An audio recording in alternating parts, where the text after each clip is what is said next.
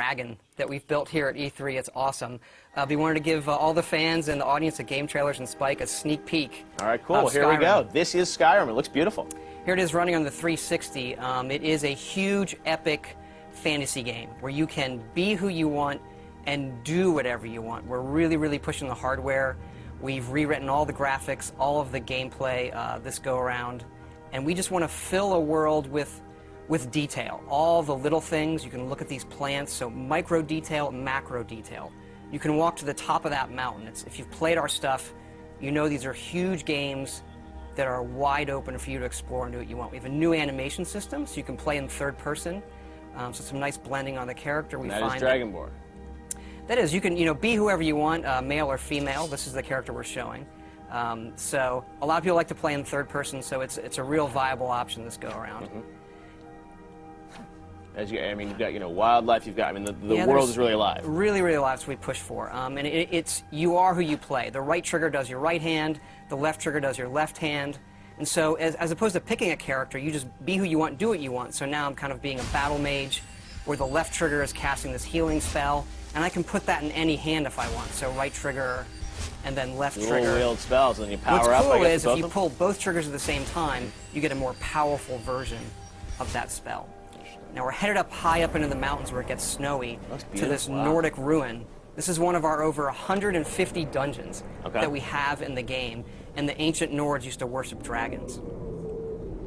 So here we are inside the dungeon with our bow. We do have a lot of cool stealth gameplay as well. So we really want to pay off on all of those different styles of gameplay, whether it's stealth, melee, magic. As this person is switching between first and, or in this playthrough first and third, do you think a lot of people are going to play it that way, or? You know, I prefer first person myself, but I noticed a lot of people just like to run around in third person. You can also dual wield swords. Okay, wow. Actually, dual wield any one-handed weapons. And you'll see me use a shout here. It's one of our magic powers you can do. There are a lot of shouts throughout the game, right? These dragon shouts? Yep.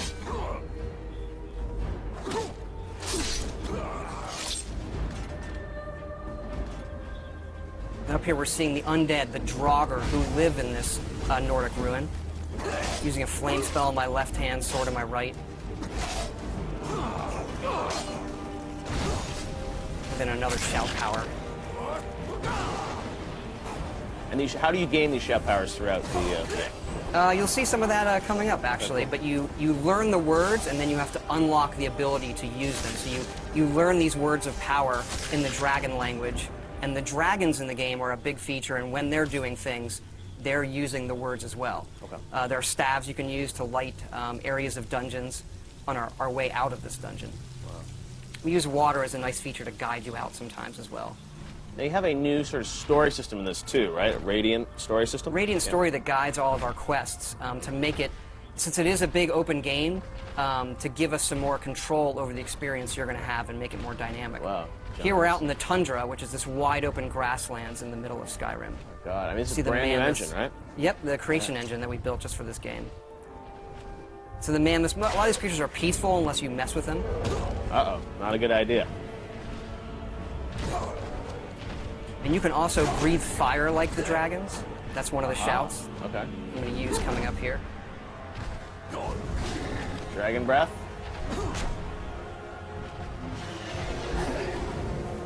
Aha. And dragons can attack anything. They're dynamic creatures. We don't script them. So when we're playing the game, we don't know what they're going to do. Often they are these big boss fights that are dynamic and interesting in ways that we've never experienced in a game before. Now I read a rumor online this week that the game is over 300 hours, or you can spend at least 300 hours in the game. There is at least 300 hours in it. We kind of have stopped counting. There was so much stuff in this game. Oh, and here's a battle with the non-friendly dragon. Kind of getting some help from the guards of this tower here. And then when they die, you absorb their souls, and this allows you to unlock words of power, shouts that you've learned, and power them up. And then we also have fights in the game in times where there are multiple dragons. So here comes another one up there, a frost dragon. They're even more powerful than the dragon that I just defeated with the help of the guards. And what's cool about this game is, dragons are not just going to come into the, the final 10% of the game. I mean, you're going to see them throughout the game, right? They are creatures like any other, and you see them not from the initial get-go, but you see them throughout the game, yes. I was reading your character sort of starts this game. You're on your way to your execution. Is that true? You are being led to your execution. This is another shout there, Storm Call. So this calls a storm that brings lightning down to defeat your enemies. One of the more powerful shouts.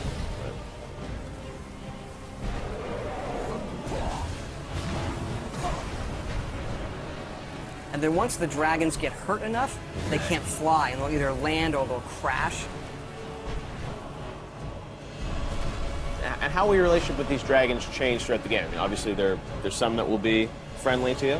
I don't want to quite spoil it yet, but they all aren't out to destroy the world, and why they're back and what they want is part of the mystery of the main quest in the game that you're going to uncover.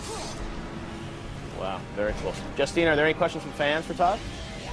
I have a question here from Jerry V on Facebook. Says, love the guilds in Oblivion. I wonder if the factions are going to return. Do you think it'll happen? We do have factions returning. Our three main factions are the College of Winterhold, which is like for the mages, the Companions, which is our warrior guild, and then the Thieves Guild, of course. Right. Very cool. And there's the beautiful Skyrim logo, and the date we know is going to be 11/11/11, which Absolutely. is coming out in November. Very cool. Justine, any more questions? Let's see, Player22 on Twitter says, loving the new engine. Can't wait to see more. Curious with how many environments they will have in Skyrim. There's a lot. It's another thing where we stopped counting. I mean, we have 7 major different regions in the game. You've seen some of that where we get into snowy mountains and pine forests and fall forests, that open tundra, lots of different dungeon types. I mean, we go at this each time trying to make the biggest, craziest role-playing game we possibly can and let people just do whatever they want. Awesome. Well, Todd, thanks so much Thanks for having me. coming by. We Thanks. cannot wait to see more of Skyrim. It's definitely